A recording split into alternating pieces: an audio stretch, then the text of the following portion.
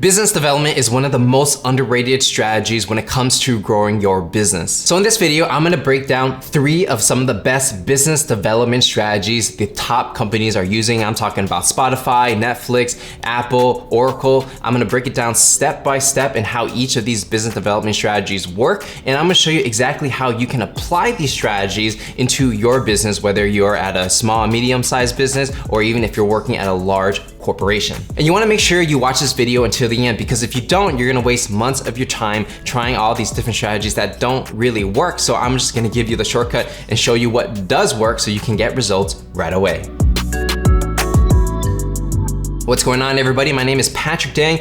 If you are excited for this video, make sure to give it a like, subscribe, and turn on notifications, and let's dive in. So the first thing we gotta do is we gotta define exactly what business development is. And the definition that we're gonna use is the process of developing growth opportunities and relationships with other organizations. And we wanna make sure that these relationships are long-term relationships that are a win-win on both sides. So let's go ahead and give you the first business development strategy, and that's going to be product business development. So product business development is basically when 2 or more companies work together to create a better product for their customers. And so to give you a better idea of what this means, let's go ahead and give you a real example. So the first example we're gonna use when it comes to product business development is this company called Music Match. Now, Music Match, if you don't know who they are, right? They are a back-end software that a lot of big companies use to put their lyrics, to put song lyrics onto their app.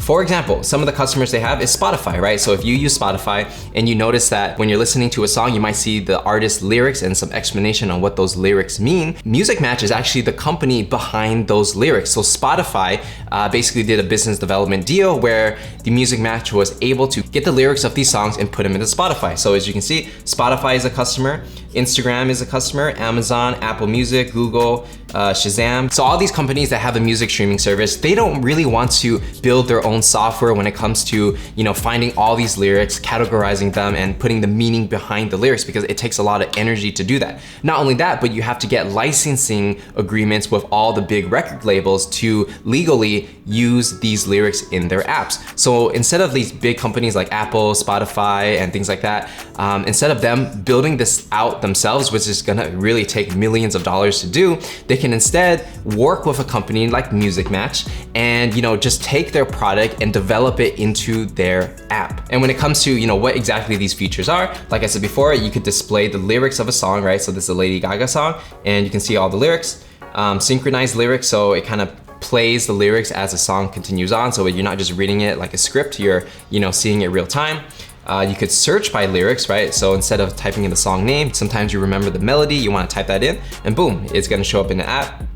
Translated lyrics, right? So different languages, lyric videos, and also when it comes to the royalty administration side, meaning paying the record labels for using these lyrics, they got you covered. So why would this be product business development versus just regular sales? Well, it's not as if like an Apple or Spotify is just gonna go to the Music Match website and be like, okay, I'm gonna buy this, boom, done, right? It's a lot more complex than that, because you have to talk about like how much are you gonna use this service, how many lyrics are you pulling every single month, what's the subscription deal going to be like, is it gonna be a multi-year contract, and if it is it are they gonna get a discount? So there's gonna be all these complications when it comes to putting this deal together. But not only that, once they even buy the product, they have to integrate it from a software perspective into their app, right? It's not like you just buy it and you just plug it in. It's like you really have to integrate it into the app, and it takes a lot of engineering effort to do that. So that's why it's business development, a product business development specifically, because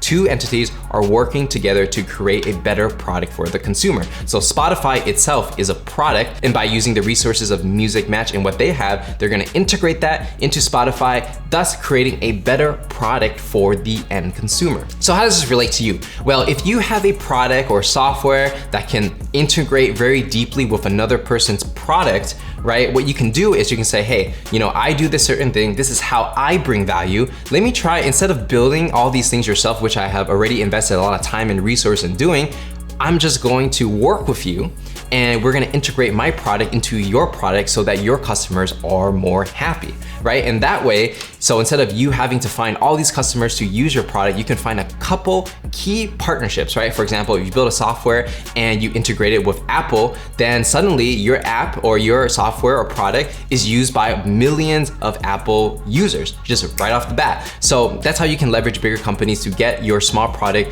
more exposure and get more people to use it, right? Instead of reaching out to thousands of small companies, you might reach out to maybe 100 big companies, and if you get a couple deals, then it completely changes your business. And if you're a large company, you can work with smaller companies, and instead of building your own products yourself and developing, putting in resources to do that, you can just work with another person that already created something and integrate it into your own product. So it's a win-win situation on both sides. All right, so now we're gonna move into the next type of business development strategy, and that's gonna be distribution business development. And the main example we're gonna have is Netflix. Now, when it comes to distribution business development, all that really means is that you're taking some kind of product or service, right? And you're distributing it, meaning you're the one that is pushing it out to your customers, okay? So when it comes to Netflix, I remember back in the day when I first heard of Netflix, I saw an advertisement on TV promoting Netflix. And at the time, streaming wasn't really a thing. So what Netflix did was every month you would pay a certain subscription and you would borrow 3 DVDs at a time, right? And you can, exchange it whenever you want. So in the early days of Netflix, it's kind of a distribution deal, right? Because you have all these DVDs,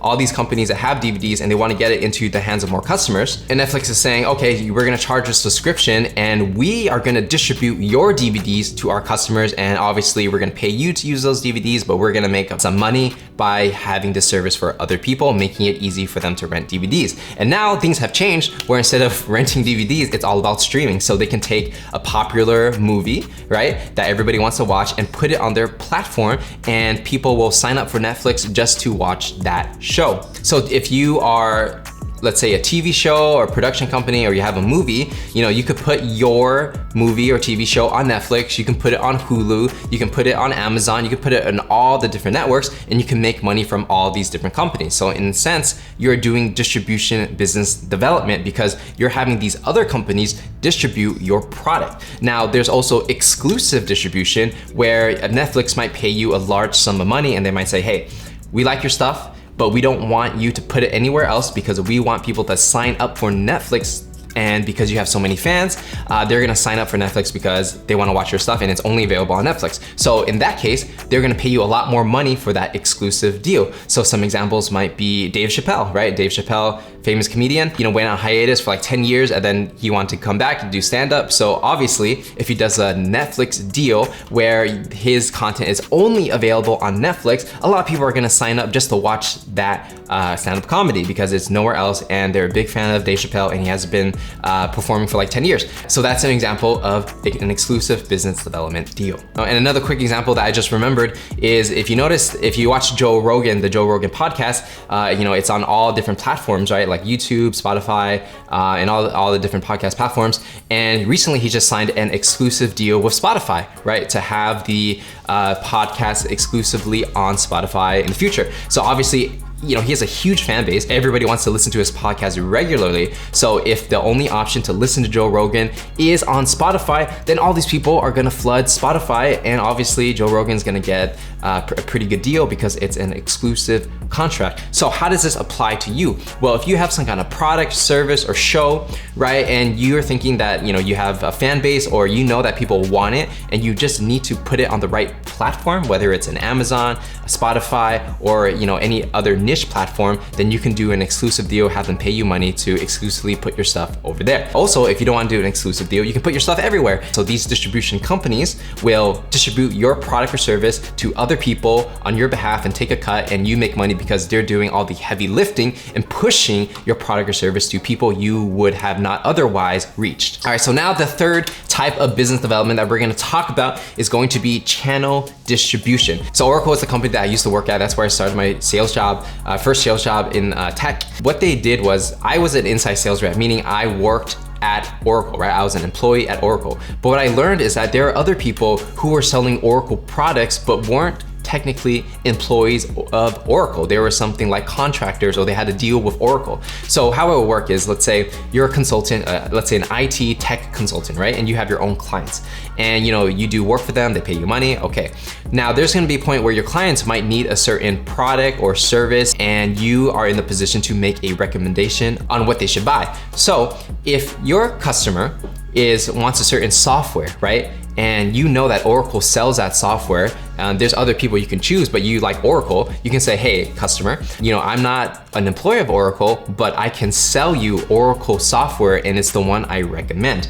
So if that consultant sells an Oracle software to their client, then they're gonna take a commission from that sale. And why Oracle wins is that they have all these great consultants and IT people, basically being brand ambassadors for their company and recommending their products and services. So Oracle makes money because they didn't really have to do any work to get the sale. The consultant makes money because they're gonna recommend something anyway, so they might as well make a commission from the one they like and the one they recommend. And so it's a win-win situation on both sides. So how does this apply to you? Well, if you're a software company or you're selling some kind of product or service, you don't always have to be the one actively doing the selling. You can work with other people who will resell your product, right?